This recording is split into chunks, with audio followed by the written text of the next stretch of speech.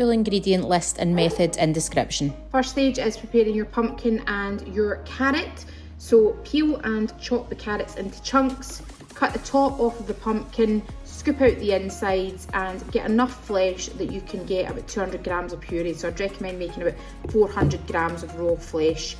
Steam them or boil them, totally up to you, and then puree them down until smooth. To soften the carrot, I usually add a little touch of the stock that I make up, just to loosen it to make sure that it's totally smooth. What I do is add in your butter, allow that to melt, and then we'll add in the chilli and shallots and allow to soften.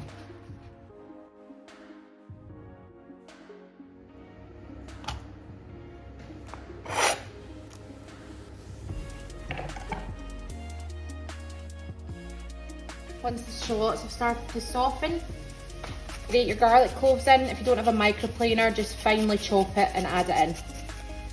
You've added in your garlic, measured out your rice, add that as well, and we're just going to fry off for another few minutes, both to cook the garlic and just get the rice a little toasty.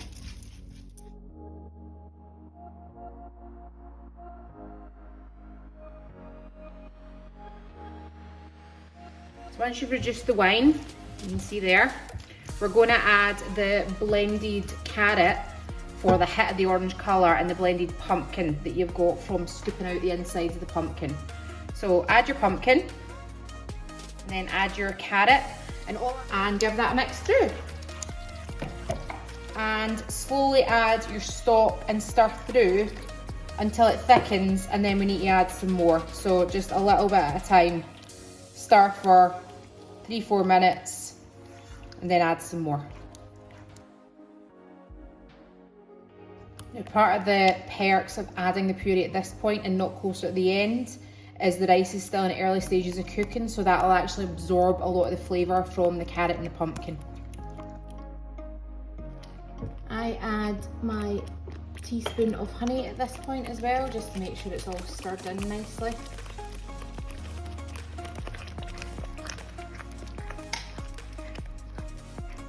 Just keep stirring, stirring, stirring, just keep stirring.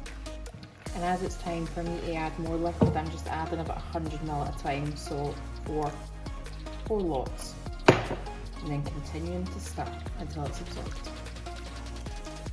Don't be surprised if it takes you about half an hour to get to this point.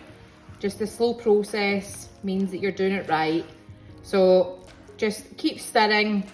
Once you've got to a point you're happy with and you think all the liquid's pretty much absorbed and the rice is no longer hard to the bite, so I just want you to try it. If you think you need to add a little bit more liquid, then please do so.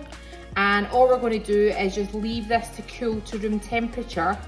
It'll thicken up probably a little bit more, and then we'll go on to the next stage. Once it's come to room temperature, get your bag of grated mozzarella and pour it in. Yes, the whole lot. And stir through.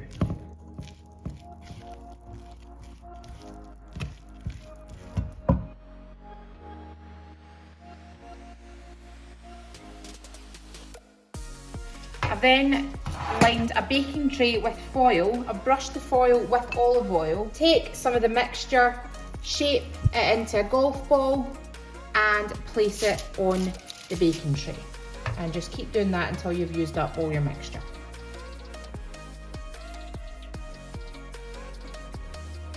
That mixture should get you between about 10 and 11 golf ball sized arancini. So just put this in the fridge and we'll leave it to set a little more before frying. So the next stage is going to involve a 3-step process. Plain flour, eggs, which we'll whisk up first, and breadcrumbs. I've used a blend of the breadcrumbs from Aldi and also my homemade breadcrumbs just for a little bit extra texture and crunch.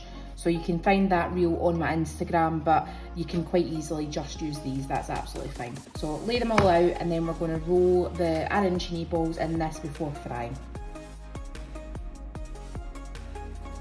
To start the sauce, you're going to generously add the oil into a pan with your finely chopped chilies. I've added a little seed, but de-seed it if you don't like it hot. Fry that off for a few minutes. Then going to add in your 500 grams of garlic passata, freshly chopped parsley, so I've just finely chopped a handful up, and then stir that through, put the lid on and simmer for about 15 minutes. After 15 minutes, you can see the oils separated at the side. That is what we're looking for. I want you to add in the parmesan, mix that through, and then we're going to season as well to finish. That's your salt, and then I'm just adding in cracked black pepper, and that's your sauce ready. You're then going to add your vegetable oil into a pot. You might need more than one bottle, and get that heating and prepped. We're going to want it hot, but not too hot that it's smoking, because you do want it hot enough that the arancini balls crisp up nicely. If it's not hot enough, they'll just get soggy.